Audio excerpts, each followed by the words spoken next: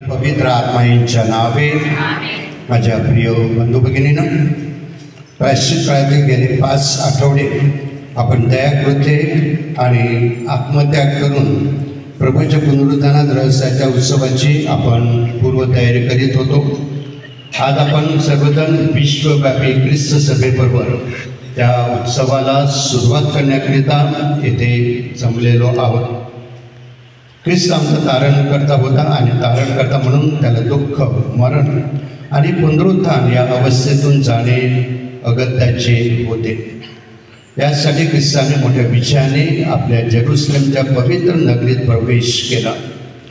ज्या प्रवेशाने आमच्या तारण कार्याला सुरुवात झाली त्या प्रवेशाचे आपण भक्तिभावाने स्मरण करूया आणि ख्रिस्ताबरोबर श्रद्धेने मार्गक्रमण करूया.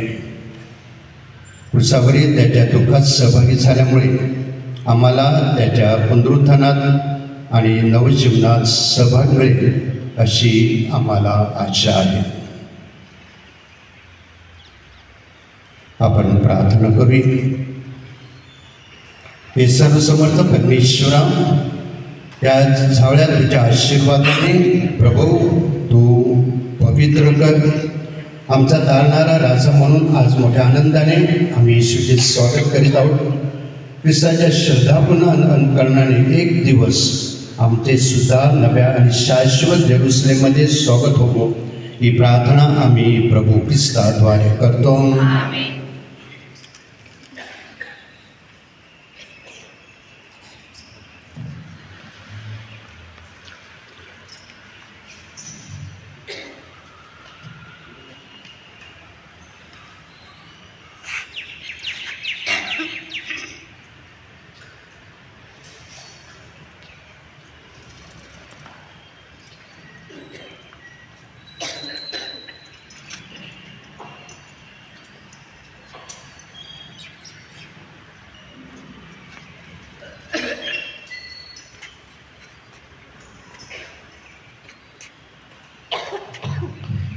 बरोबर असो.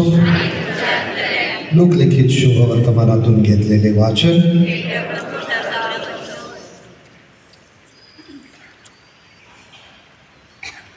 या गोष्टी सांगून तो वर येरुशलेमेकडे जात असताना स्वतः पुढे चालत होता. मग असे झाले की ज्याला जैतुनाचा डोंगर म्हणतात त्याच्या नजीक असलेल्या बेतफगे व बेथानी या गावाजवळ तो येऊन पोचल्यावर त्याने शिष्यांपैकी दोघांना असे सांगून पाठविले की तुम्ही समोरच्या गावात जा, म्हणजे तेथे जाताच ज्याच्यावर कोणी कधीही बसले नाही असे एक शिंगरू तुम्हाला बांधलेले आढळेल, ते सोडून आणा.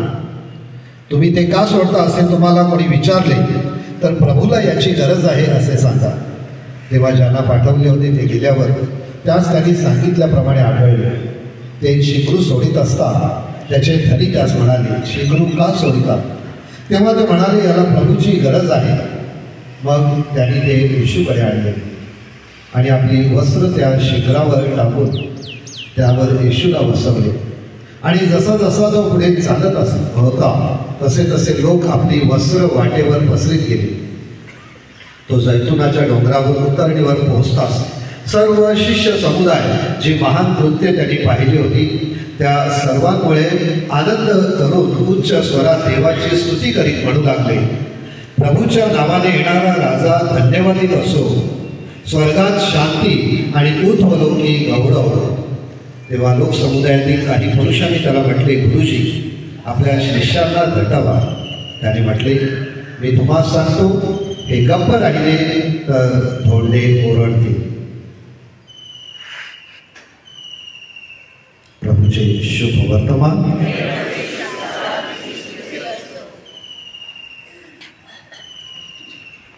बंधू आणि भगिनींनो, येरुशलेममधील जनतेने आमचा तारणारा येशू याचा जयघोष गात स्वागत केले. आपण सुद्धा जयघोष गात त्याचे तसेच स्वागत करूया आणि त्याच्या स्वागत मिरवणुकीमध्ये आता आपण सहभागी होणार आहोत.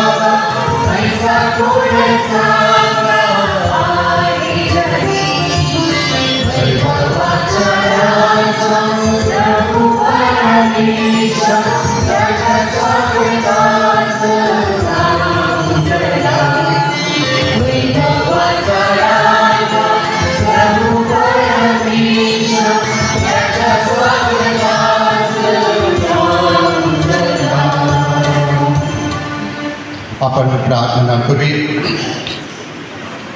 हे सर्वसमर्थ आणि नित्यजीवी परमेश्वरा, आमचा तारणारा प्रभू येशू ख्रिस्त ह्याच्याद्वारे तू मानव जातीला नम्रतेचे उदाहरण घालून दिले. मानव होऊन आणि ख्रिस्तावर प्राणार्पण करून त्याने तुझी इच्छा पूर्ण केली. त्याच्या दुःखसणाचा आदर्श नजरेसमोर ठेवून आम्ही तुझी साक्ष जगाला द्यावी म्हणून आम्हाला सहाय्य कर. त्याच्या पुनरुत्थानात सहभागी होण्यास आम्हा सर्वांना तू पात्र ठरव. ही प्रार्थना आम्ही तुझा पुत्र येशू ख्रिस्त ह्याच्याद्वारे करतो. यशया या पुस्तकातून घेतलेले आजचे पहिले वाचन. उपमर्दवशी तू यापासून मी आपले तोंड चुकवले नाही, कारण माझी फजिती होणार नाही हे मला ठाऊक होते. यशया म्हणतो, शिनलेल्यांना बोलून धीर कसा द्यावा ते समजावे म्हणून प्रभू परमेश्वराने मला शिष्याची जिव्हाळ दिली आहे. तो रोज सकाळी मला जागे करतो, शिष्यांप्रमाणे ऐकावे म्हणून माझे कान उघडतो. प्रभू परमेश्वराने माझे कान उघडले आहे. मी फितूर झालो नाही, मागे फिरलो नाही. मी मारणाऱ्यांपुढे आपली पाठ केली, केस उकडणाऱ्यांपुढे मी आपले गाल केले. उपमर्दवशी तू यांपासून मी आपले तोंड चुकवले नाही. प्रभू परमेश्वर मला सहाय्य करणार म्हणून मी तोंड चुकवले नाही. प्रभू परमेश्वर मला सहाय्य करणार म्हणून मी लज्जित झालो नाही. मी आपले तोंड गारगोटीसारखे केले. माझी फजिती होणार नाही हे मला ठाऊक होते. प्रभूचा शब्द.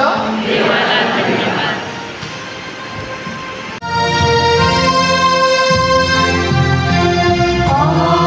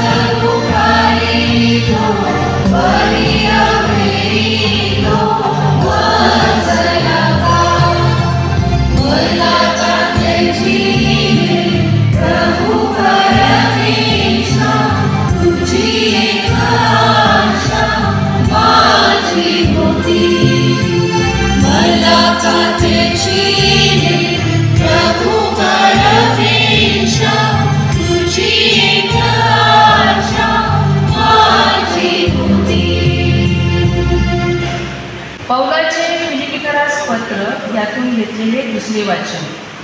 त्याने स्वतःला लीन केले, ह्यामुळे देवाने त्याला अत्युच्च केले.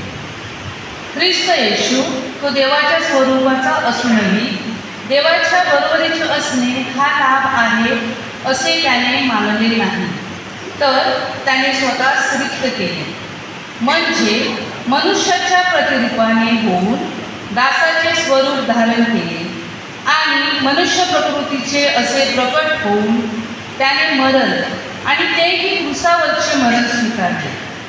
एकपर्यंत आज्ञापालन करून त्याने स्वतःला लीन केले, त्यामुळे देवाने त्याला अत्युच्च केले आणि सर्व नावापेक्षा जे श्रेष्ठ नाव ते त्याला दिले. ह्या हेतू हा की स्वर्गात, पृथ्वीवर व पृथ्वीखाली प्रत्येक गुडघा येशूच्या नावाने टेकला जावा आणि देवपित्याच्या गौरवासाठी प्रत्येक जिभेने येशू ख्रिस्त हा प्रभू आहे असे कबूल करावे. प्रभूचा शब्द. देवाला धन्यवाद.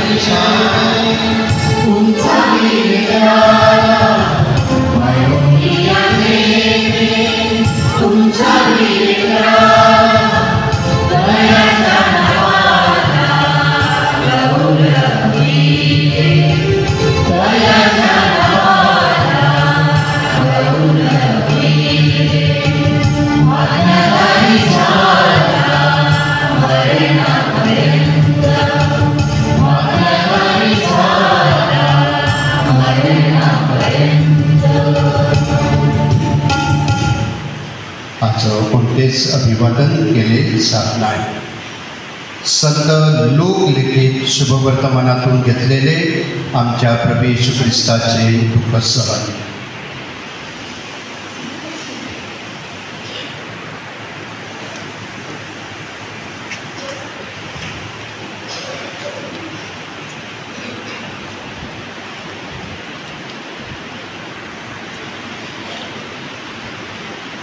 आजचं दुःख सहन हे थोडं मोठं आहे. आपण सर्वांनी उभे राहून यात सहभाग घ्यावा अशी अपेक्षा आहे. तथापि कोणी आजारी असल्यास, कोणाला पायाचा सांधेदुखीचा आजार असेल तर मध्येच हळूच बसलं तरी हरकत नाही. नंतर वेळ झाली तेव्हा तो जेवावयास बसला आणि त्याच्याबरोबर प्रेषितही बसले. तेव्हा तो त्यास म्हणाला, मी दुःख भोगण्यापूर्वी हे वलांडन भोजन तुम्हाबरोबर करावे अशी माझी फार उत्कृष्ट इच्छा होती. कारण मी तुम्हाला सांगतो की देवाच्या राज्यात हे पूर्ण होईपर्यंत मी भोजन पुन्हा करणार नाही. मग त्याला हातात घेऊन उपकार स्तुती करून तो म्हणाला, हा घ्या आणि आपणामध्ये याची वाटणी करा. कारण मी तुम्हाला सांगतो की देवाचे राज्य येईपर्यंत द्राक्षवेळाचा उपस ह्यापुढे मी पिणार नाही. मग त्याने भाकर घेऊन उपकार स्तुती करून ती मोडली आणि त्यांना देऊन ती म्हटले, हे माझे शरीर आहे, हे तुमच्यासाठी दिले जात आहे. माझ्या स्मरणार्थ हे करा. त्याप्रमाणे भोजन झाल्यावर त्याने प्याला घेऊन म्हटले, हा प्याला माझ्या रक्ताचा नवा करार आहे. हे रक्त तुमच्यासाठी ओतले जात आहे. पण पहा, मला धरून देणाऱ्याचा हात माझ्याबरोबर मेच्यावर आहे.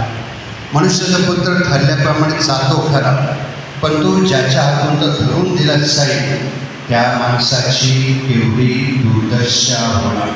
तेव्हा आपल्यापैकी जो असे करणार आहे तो कोण असावा याचा ते आपसात विचार करू लागले. आणखी आपणामध्ये मोठा कोण मानला जात आहे याविषयी त्यांच्यामध्ये वाद झाला.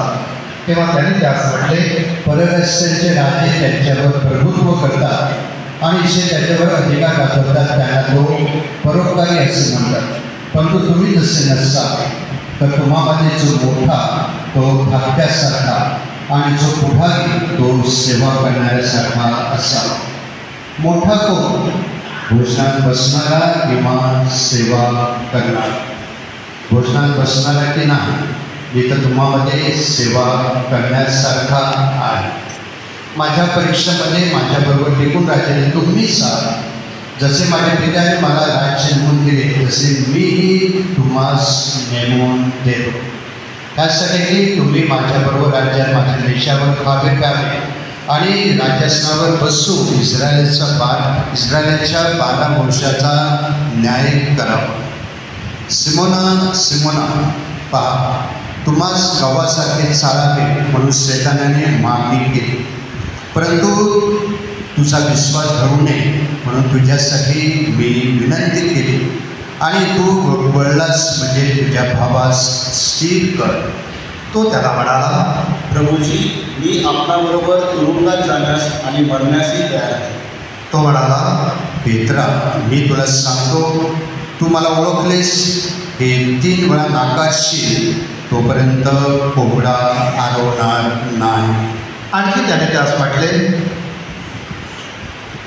मी तुम्हाला पिशवी, झोळी, पायताने घेतल्याशिवाय पाठविले तेव्हा तुम्हास काही उणे पडले नाही ना? ते म्हणाले, नाही. त्याने त्यास म्हटले, पण आता तर ज्याच्याजवळ पिशवी आहे त्याने ती घ्यावी, तसेच झोळीही घ्यावी, आणि ज्याच्याजवळ तलवार नाही त्याने आपली वस्त्रे विकून ती घ्यावी. मी तुम्हाला सांगतो, तो अपराधात गळलेला होता, असा जो शास्त्रलेख आहे तो माझ्या घरी पूर्ण झाला पाहिजे, कारण माझ्या विशिष्ट गोष्टी पूर्ण होत आहेत. ते म्हणाले, प्रभूजी, पहा, येथे 2 तलवारी आहेत. तो त्यास म्हणाला, पुरे. मग तो बाहेर येऊन आपल्या परिपाठाप्रमाणे जैतुनाच्या डोंगराकडे गेला. त्याचे शिष्यही त्याच्या मागोमाग गेले. त्या ठिकाणी आल्यावर त्याने त्यास म्हटले, तुम्ही परीक्षेत पडू नये म्हणून प्रार्थना करा.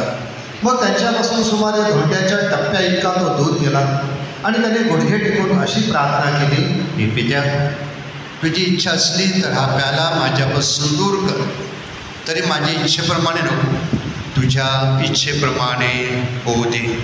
तेव्हा स्वर्गातून एक देवदूत येऊन आपणाला शक्ती देताना त्याने पाहिलं. मग अत्यंत विवळ होऊन त्याने अधिक आग्रहाने प्रार्थना केली. तेव्हा रक्ताचे मोठमोठे थेंब भूमीवर पडावे असा त्याचा घाम पडत होता. प्रार्थना करून उठल्यावर तो शिष्यांजवळ आला, तेव्हा ते खिन्न झाल्यामुळे झोपी गेलेली त्यास आढळली. येशू त्यांना म्हणाला, झोप का घेता? तुम्ही परीक्षेत पडू नये म्हणून उठून प्रार्थना करा. तो बोलत आहे इतक्यात पहा, लोकसमुदाय आला. त्यात यहुदा नावाचा 12तला एक जण त्यांच्यापुढे चालत होता. तो येशूचे चुंबन घ्यावयास त्याच्याजवळ आला. येशू त्याला म्हणाला, यहुदा, चुंबन घेऊन मनुष्याच्या पुत्राला धरून देतोस काय? त्याच्या सभोवती जे होते ते आता काय होणार हे ओळखून त्याला म्हणाले, प्रभूजी, आम्ही तलवार चालवावी काय? त्यांच्यातील एकाने प्रमुख याजकाच्या दासावर प्रहार करून त्याचा उजवा कान छाटून टाकला. तेव्हा येशूने म्हटले, एवढे होऊ दे, आणि त्याने त्याच्या कानाला स्पर्श करून त्याला बरे केले. मग जे मुख्य याजक, मंदिराचे सरदार आणि वडीलजण यांच्यावर ते चालून आले होते त्यास येशू म्हणाला, जसे उतारवरून जावे तसे तुम्ही तलवारी आणि सोटे घेऊन निघालात काय? मी दररोज मंदिरात तुमच्याबरोबर असेल तरी तुम्ही माझ्यावर हात टाकला नाही, पण ही तुमची घटकाय आणि अंधाराची सत्ता आहे. मग त्याने त्याला पकडून चालवले आणि मुख्य याजकाच्या घरी गेले. तेव्हा पेत्र दुरून मागे चालू लागला. त्या अंगणाच्या मध्यभागी विस्तव पेटवून एकत्र बसले होते. त्यांच्यामध्ये पेत्र जाऊन बसला. तेव्हा एका दासीने त्याला विस्तवाच्या उजेडात बसलेला पाहून त्याच्याकडे टक लावून म्हटले, हाही त्याच्याबरोबर होता. पण तो नाकारून बोलला, बाई, मी त्याला ओळखत नाही. काही वेळाने दुसऱ्या एकाने त्याला पाहून म्हटले, तूही त्यांच्यात नाहीस. पेत्र म्हणाला, गृहस्थ मी नाही. सुमारे 1 तास झाल्यावर आणखी एक जण खात्रीपूर्वक म्हणू लागला, आणि त्याच्याबरोबर होता. हा काहीच नाही. पेत्र म्हणाला, गृहस्थ तू काय बोलतोस ते मला समजत नाही. आणि असे तो बोलत आहे इतक्यात कोंबडा हरवला. प्रभूने तेव्हा वळून पेत्राकडे दृष्टी लावली आणि आज कोंबडा हरवण्यापूर्वी तू 3 वेळा मला नाकारशील. असे जे प्रभूने पेत्राला सांगितले होते ते त्याला आठवले. मग तो बाहेर जाऊन मोठ्या दुःखाने रडला. ज्या लोकांनी येशूला धरले होते ते त्याची कुचेष्टा करीत त्याला मारत होते. त्यांनी त्याचे डोळे बांधून त्याला विचारले, अंतर्ज्ञानाने बोल, तुला कोणी मानले? आणि नाना प्रकारचे अपशब्द बोलून त्यांनी त्याची निंदा केली. मग उजाडल्यावर लोकांचे वडील मंडळ, मुख्य याजक व शास्त्री एकत्र जमले आणि ते त्याला आपल्या न्यायसभेत घेऊन आले. तू ख्रिस्त आहेस तर आम्हास सांग. त्याने त्यास म्हटले, मी तुम्हाला सांगितले तरी तुम्ही मुळीच विश्वास धरणार नाही, आणि मी विचारले तरी तुम्ही उत्तर देणार नाही. तथापि ह्यापुढे मनुष्याचा पुत्र सर्वसमर्थ देवाच्या उजवीकडे बसलेला असेल. तेव्हा ते सर्व म्हणाले, तर तू देवाचा पुत्र आहेस काय? येशू त्यांना म्हणाला, तुम्ही म्हणता की मी आहे. तेव्हा ते म्हणाले, आपल्याला साक्षीची आणखी काय गरज? आपण स्वतः लक्षात पोहोचले ऐकले आहे. नंतर ती सर्व मंडळी उठली आणि त्याने त्याला पिलाताकडे नेले. आणि ते त्याच्यावर असा आरोप करू लागले की, हा आमच्या राष्ट्राला विरोधात कैसराला तर देण्याची मनाई करताना आणि मी स्वतः ख्रिस्त राजा आहे असे म्हणताना आम्हास आढळले. तेव्हा पिलाताने त्याला विचारले, तू यहूद्यांचा राजा आहेस काय? त्याने उत्तर दिले, आपण म्हणता तसेच. तेव्हा मुख्य याजकास आणि लोकसमुदायात पिलाताने म्हटले, मला या मनुष्यात काही दोष आढळत नाही. तरी ते अधिकच आग्रह करून म्हणाले, याने बालिकापासून आरंभ करून येथपर्यंत साऱ्या यहूद्यात शिक्षण देऊन लोकांस चिडवले आहे. तेव्हा पिलाताने हे ऐकून हा मनुष्य गालिली आहे काय? असे विचारले आणि तो हेरोदाच्या अंमलात आहे असे समजल्यावर त्याने त्याला हेरोदाकडे पाठवले, कारण तोही त्या दिवसात येरुशलेमेत होता. येशूला पाहून हेरोदाला आनंद, संतोष झाला, कारण त्याच्याविषयी ऐकले असल्यामुळे त्याला भेटावे अशी बऱ्याच दिवसापासून त्याची इच्छा होती आणि त्याच्या हातून घडलेला एखादा चमत्कार पाहावयास मिळेल अशी त्याला आशा होती. त्याने त्याला बरेच प्रश्न केले, परंतु येशूने काही उत्तर दिले नाही. तेव्हा मुख्य याजक व शास्त्री उभे राहून आवेशाने त्याच्यावर आरोप करीत होते आणि हेरोदाने आणि त्याच्या शिपायाने त्याचा धिक्कार व उपहास करून त्याची आणि झगझगीत वस्त्रे त्याच्या अंगावर घालून त्याला पिलाताकडे परत पाठवले. त्याच दिवशी पिलात आणि हेरोद हे एकमेकांचे मित्र झाले. त्यापूर्वी त्यांचे आपापसात वैर होते. मग पिलाताने मुख्य याजक, अधिकारी आणि लोक याने एकत्र बोलवून म्हटले, हा मनुष्य लोकांस फितवणारा म्हणून ह्याला तुम्ही माझ्याकडे आणले, आणि पहा ज्या गोष्टीचा आरोप तुम्ही त्याच्यावर ठेवता त्या संबंधी मी तुम्हा समक्ष याची चौकशी केल्यावर मला या मनुष्याकडे काही दोष सापडला नाही. हेरोदाही सापडला नाही, कारण त्याने त्याला आमच्याकडे परत पाठवले आहे. आणि पहा, ह्याने मरणदंड भोगण्यासारखे काही केलेले नाही, म्हणून मी याला फटके मारून सोडून देते. परंतु सर्वांनी एकच ओरड करून म्हटले, याची वाट लावा आणि आम्हासाठी बरोबर सोडा. हा माणूस शहरात दंगा वाकून या संबंधात तुरुंगात टाकलेला होता. येशूला सोडावे या इच्छेने पिलाताने पुन्हा त्याच्याबरोबर भाषण केले तरी असे ते ओरडतच राहिले. तो त्यास दुसऱ्यांदा म्हणाला, का बरे? त्याने काय वाईट केले आहे? त्याच्याकडे मरणदंड होण्यासारखा काही दोष मला सापडला नाही.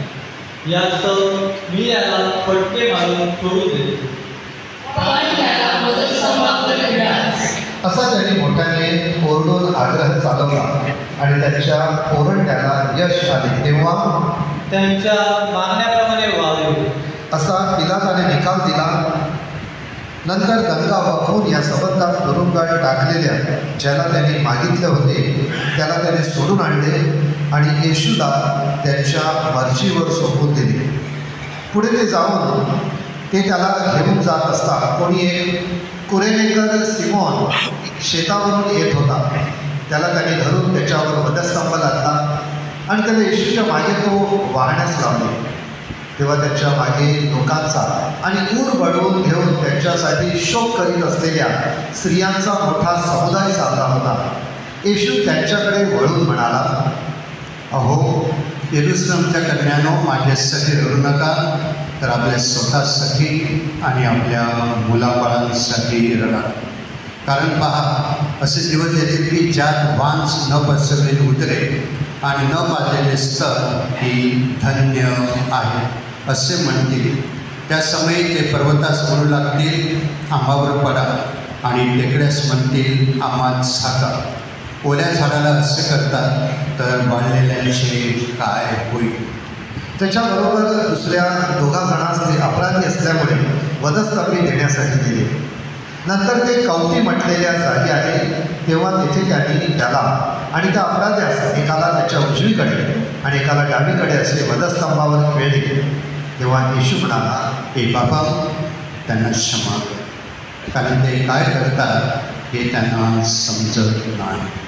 नंतर त्यांनी वस्त्रे आपसात वाटून घेण्यासाठी चिठ्ठ्या टाकल्या. लोक पाहत उभे होते.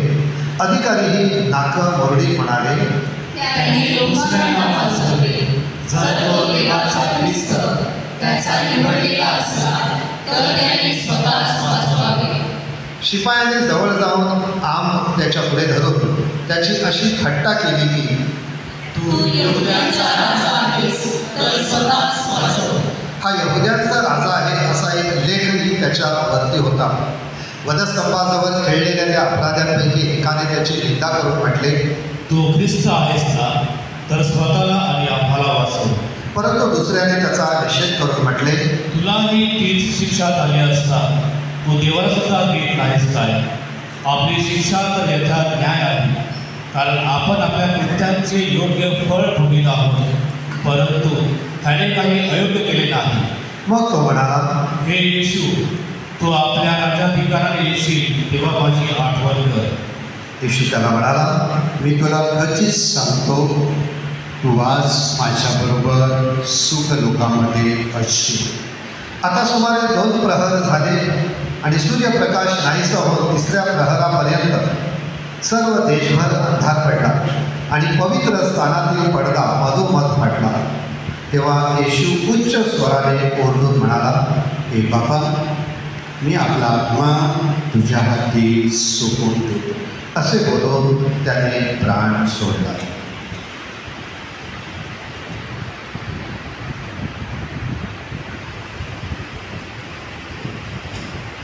तेव्हा जे झाले ते पाहून शताधिपतीने देवाचे गौरव करून म्हटले, खरोखर हा मनुष्य बुद्धिमान होता. ते दृश्य पाहण्याकरिता जमलेले सर्व लोक समुदाय झालेल्या घटना पाहून ऊर बळवीत परत गेले. तेव्हा त्याच्या ओळखीचे सर्व जण आणि ज्या स्त्रिया त्याच्या मागे गादीलाहून आल्या होत्या त्या ते पाहत उभ्या राहिल्या होत्या. आणि पहा, यहुद्यांच्या अरिमथाई नगरातला योसेफ नावाचा एक मनुष्य होता. तो न्यायसभेचा सदस्य असून सज्जन व धार्मिक होता. त्याने त्यांच्या विचाराला व कृत्याला संमती दिली नव्हती आणि तो देवाच्या राज्याची प्रतीक्षा करीत होता. त्याने पिलाताकडे जाऊन येशूचे शरीर मागितले. ते त्याने खाली काढून तागाच्या वस्त्राने गुंडाळले व खडकात खोदलेल्या कबरेत ठेवले. या कबरेत अद्याप कोणाला ठेवले नव्हते. तो तयारी करण्याचा दिवस होता आणि शब्दात सुरू होणार होता. गालिलाहून त्याच्याबरोबर आलेल्या स्त्रियांनी त्याच्या मागून येऊन ती कबर पाहिली आणि त्याचे शरीर कसे ठेवले हेही पाहिले.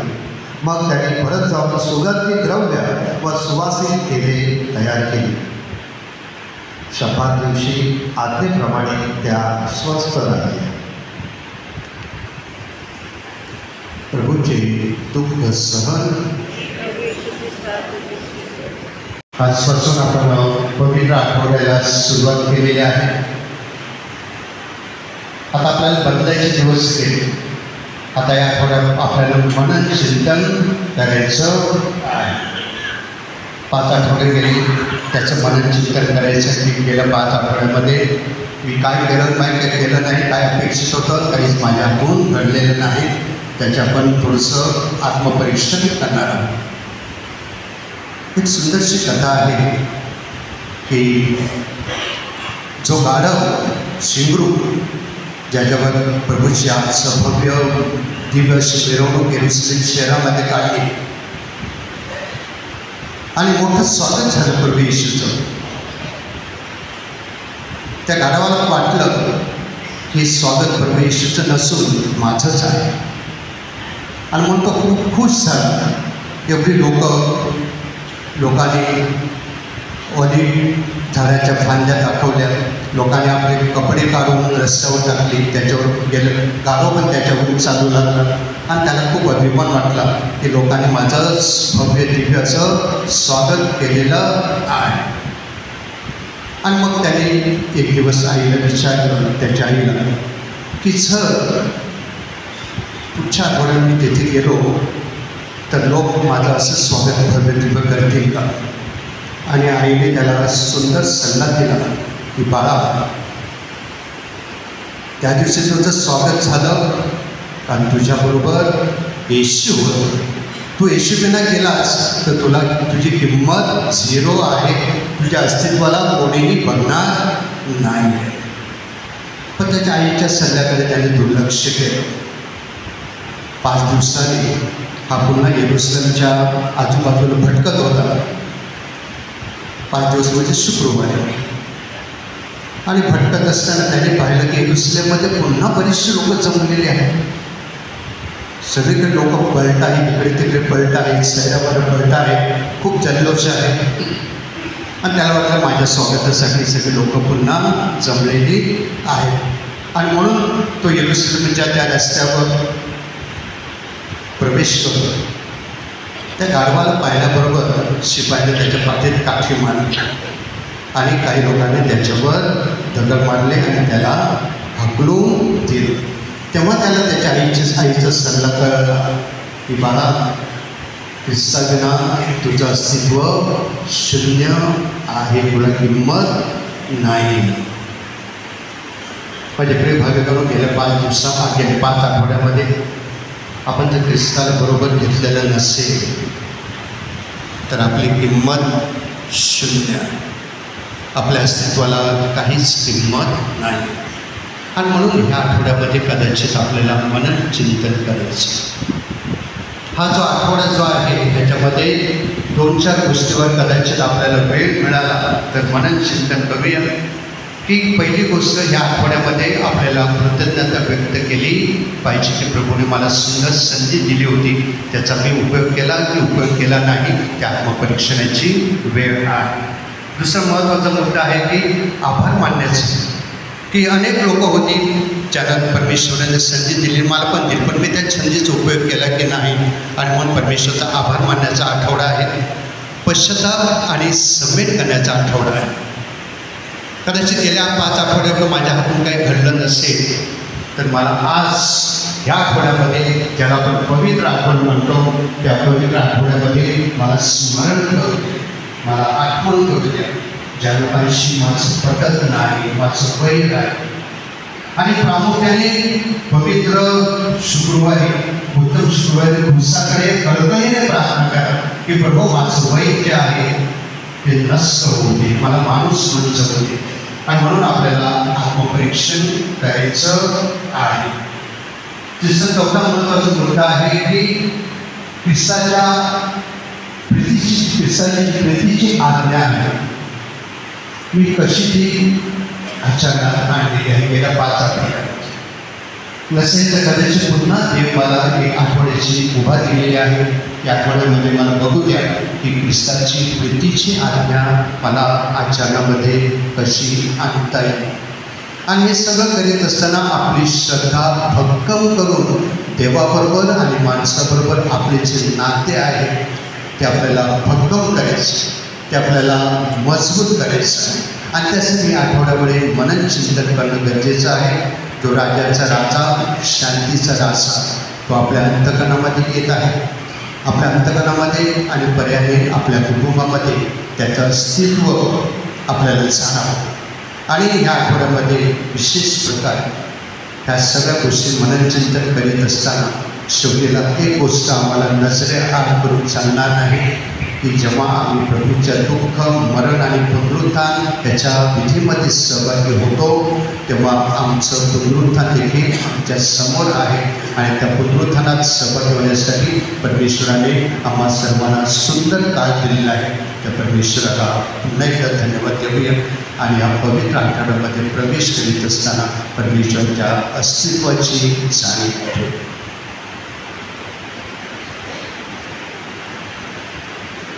आपण उभे राहून आपण श्रद्धा प्रकट करूया.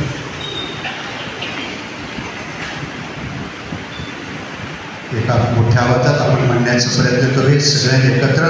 स्वर्ग आणि सर्व एकच परमेश्वर सर्वशक्तिमान पिता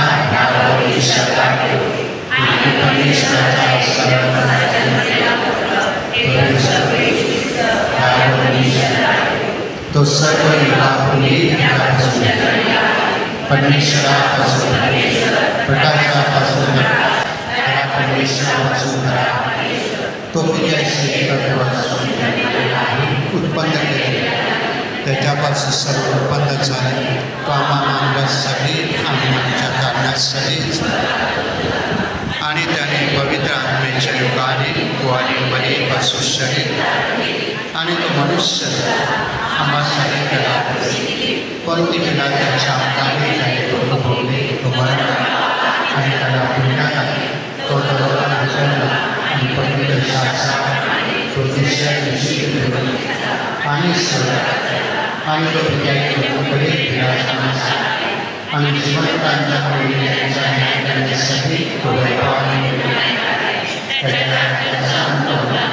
जीवनाच्या राहतात तो पिता आणि पुत्र याच्यापासून पिता आणि पुत्र याच्या सगळे त्याला बसतात आहे. तो संदेशच्या मार्फत बोललेला वेगास पवित्र कॅथलिक ख्रिस्ती सदैव निश्चला पापशरीसाठी बाप्तिस्मा मानले मेलेल्यांचे पुनरुत्थान आणि भावी जीवन याची मी वाट पाहतो. आपण आपल्या सर्व विनंत्या प्रभू चरणाशी ठेवूया. प्रत्येक विनंतीनंतर आपलं उत्तर असेल प्रभू आमची प्रार्थना आहे म्हणूया.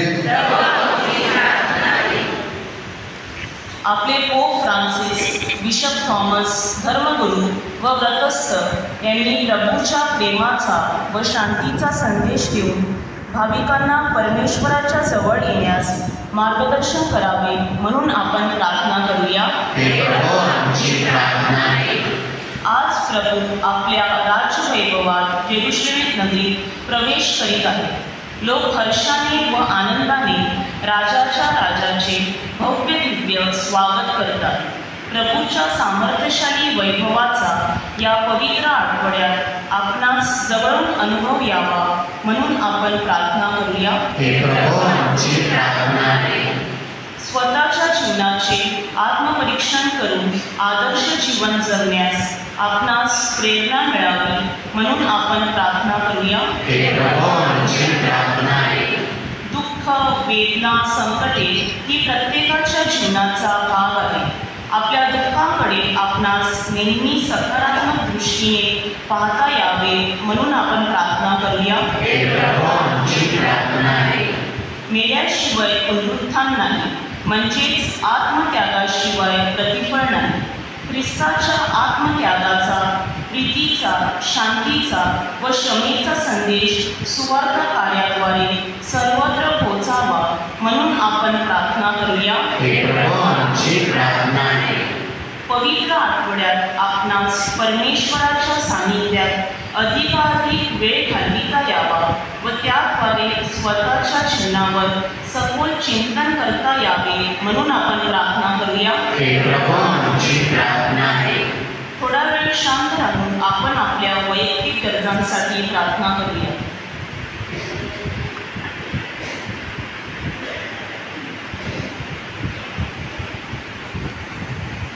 हे स्वर्गीय पित्या, तुझ्या गरजवंत ख्रिस्त सभेवर दया कर.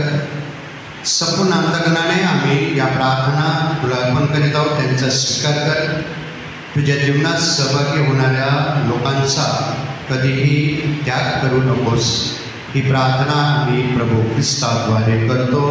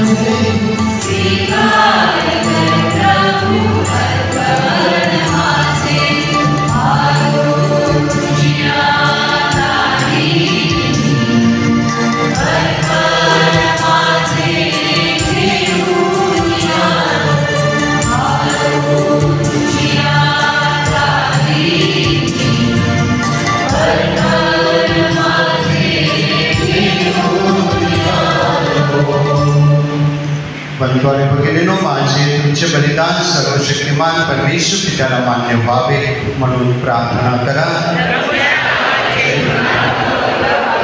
आमच्या सभेचे कल्याण तुमच्या अर्पण केलेल्या बलिदानाचा हे प्रभू, तुझा एकूण पुत्र येशू याच्या यातना आणि मृत्यूमुळे आम्ही तुला प्रिय बनवतो. एकट्याने आम्ही काही करू मिळवू शकत नाही. त्या परिपूर्ण समर्पणामुळे तुझे प्रेम आणि तुझी दया आम्हाला सतत लाभो. ही प्रार्थना आम्ही प्रभू ख्रिस्ताद्वारे करतो. प्रभू तुम्हाबरोबर असो. तुमच्याकडे प्रभू करे लाभ. प्रभू आपला परमेश्वराच्या आभार मानूया. हे प्रभू पवित्र पित्या, सर्वसमर्थ शाश्वत परमेश्वरा, आम्ही तुझे नित्य आणि सर्वत्र आभार मानावे. योग्य आणि तारणदायक आहे त्यांचे कर्तव्य आहे. ख्रिस्ताच्या जीवनदायी मरणाच्या आणि वैभवपूर्ण पुनरुत्थानाचे जीवन जवळ येत आहे. त्या दिवसात त्याने सैतानाचं गर्वहरण केलं आणि आमचे मुक्ती कार्य पूर्णतेला नेले. ख्रिस्ताच्या जीवनदायी मरणाचे आणि वैभवपूर्ण पुनरुत्थानाचे जीवन जवळ ख्रिस्ताद्वारे स्वर्गीय दरबारातील दूर दिवशी आराधना करतात. तुझ्या सानिध्यात सदा सर्वदा आनंदाचा अनुभव घेतात. त्यांच्या गोड सुरात आमचे मधुर सूर दिसतो. आम्ही देखील मोठ्या आनंदाने तुझे गौरव गीत म्हणतो.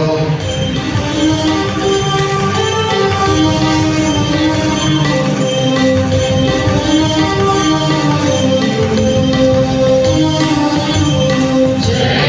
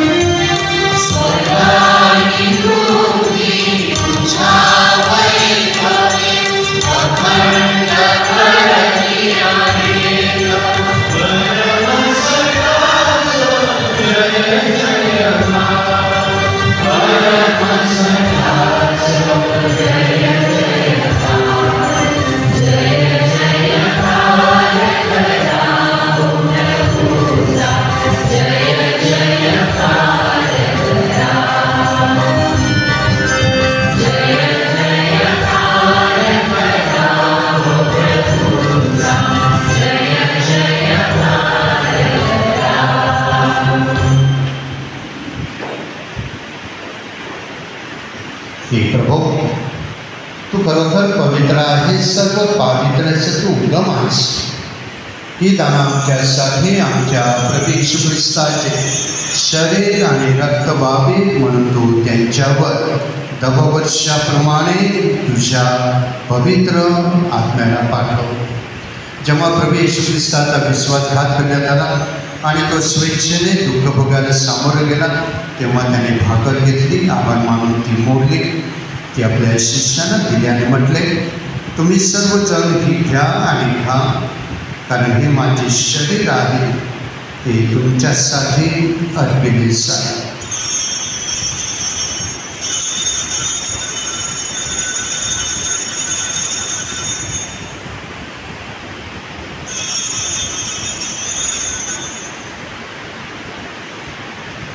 त्याचप्रमाणे भोजन झाल्यानंतर प्रभू येशूने प्याला घेतला, पुन्हा तुझे आभार मानले, तो प्याला आपल्या शिष्यांना दिला आणि म्हटले, तुम्ही सर्वजण हा घ्या, यामधून द्या, कारण हा माझ्या रक्ताचा प्याला आहे, हे नव्या व शाश्वत कराराचे रक्त आहे, हे तुमच्या आणि पुष्कळांच्या पापक्षमेसाठी ओतले जाईल, हे माझ्या आठवणीसाठी करा.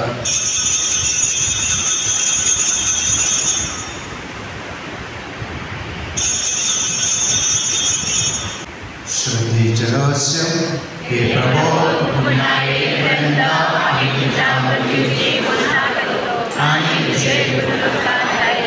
हे प्रभो, ख्रिस्ताच्या मरणाच्या आणि पुनरुत्थानाची स्मृती साजरी करीत असताना आम्ही तुला जीवनाची भाकर आणि दानाचं प्रार्थना करतो. तुझ्यासमोर येण्यास आणि तुझी सेवा करण्यात आता आम्हा सर्वांना तू पात्र केल्याबद्दल आम्ही तुला धन्यवाद देतो. ख्रिस्ताचे शरीर आणि रक्त यांचा स्वीकार करीत असताना पवित्र आत्म्याद्वारे आम्ही एक व्हावे असे तुला विनवितो. हे प्रभू, सगळे जगभर पसरलेल्या या ख्रिस्त सभेची आठवण कर आणि फ्रान्सिस आमचे पोप, थॉमस आमचे बिशप आणि सर्व याचक वर्ग यांच्या समवेत ख्रिस्त सभेला परिपूर्ण प्रीतीचा पूर्ण आविष्कार घडव. ज्या आमच्या अंतबंधू भगिनी पुनरुत्थानाच्या आशेने महान निद्रा घेत आहेत आणि जे तुझे देव विसंबून मरण पावलेले आहेत, त्यांचेही तू स्मरण घे. त्यांचे तुझ्या दिव्य प्रकाशात स्वागत कर. देव माता धनिकुमार मरियाचे पती सेंचो पूज्य प्रेषित संत पाऊल आणि गोन्झालो गार्सिया आणि युगानुयुगे ज्या सर्व संतांनी तुला संतुष्ट केलेले आहे, त्यांच्याबरोबर आम्ही शाश्वत जीवनाचे सवरस व्हावे आणि ती स्तुती करून तुझा गौरव करावा, अशी प्रार्थना आम्ही तुझा पुत्र येशू ख्रिस्त यांच्याद्वारे करतो.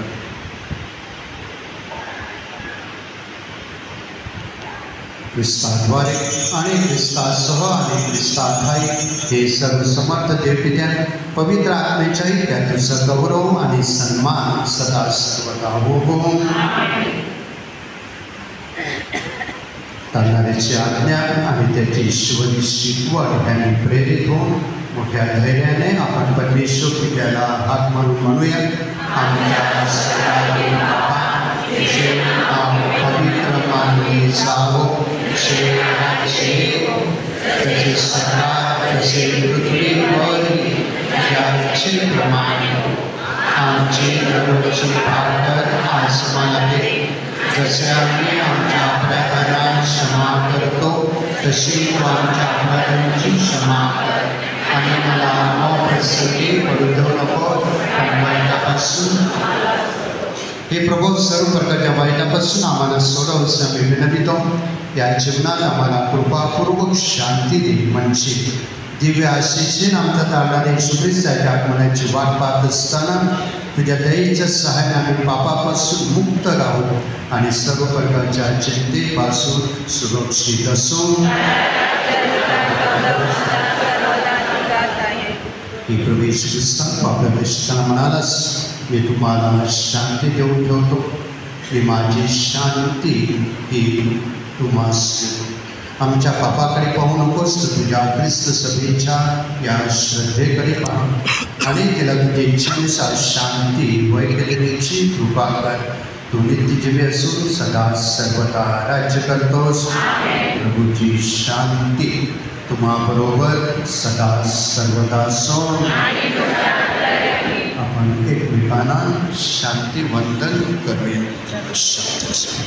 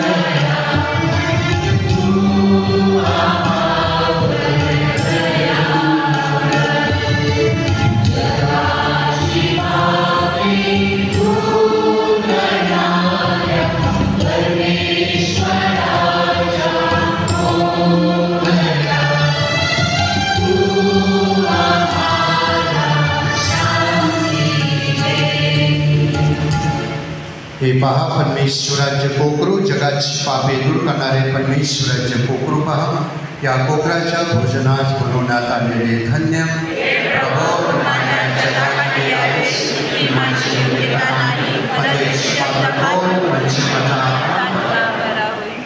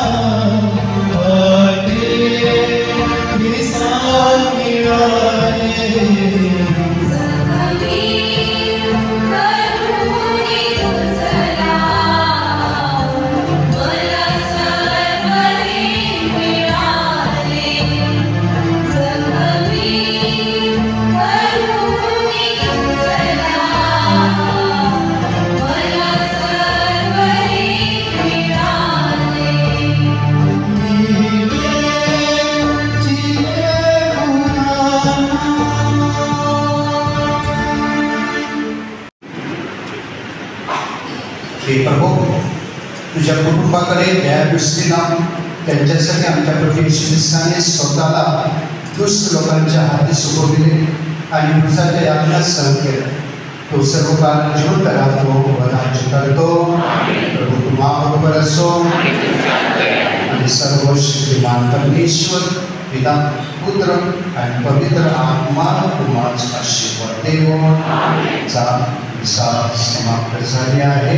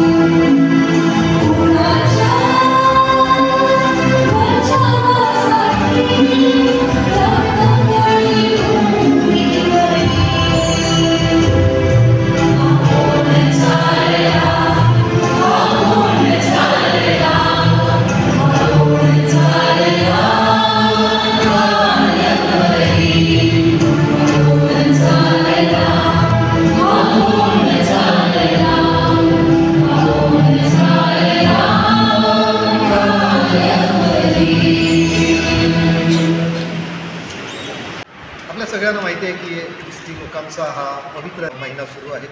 हे 40 दिवस हे उपवास काळाचे दिवस आहेत, प्रायश्चित्त काळाचे दिवस आहेत आणि या 40 दिवसाचा हा शेवटचा टप्पा आहे. आजच्या रविवारला दुःख सहनाचा रविवार किंवा पॅशन संडे किंवा पाम संडे, जावळ्याचा रविवार म्हणतात. आणि ह्याद्वारे या 40 दिवसात नुसती लोक प्रभू येशूच्या दुःख सहन, मरण आणि पुनरुत्थान यावर चिंतन करीत असतात. आज जे आपण बघितलं, मिरवणूक बघितली सकाळी, धावळ्यांना आशीर्वाद दिला, त्याद्वारे 2020 वर्ष अगोदर प्रभू येशू ख्रिस्ताला ज्या दुःखाला सामोरं व्हावं लागलं, जे दुःख त्याने सहन केलं, त्याचं जणू काही स्मरण आपण इथे करत आहोत. लोकांना त्यांची जाणीव व्हावी.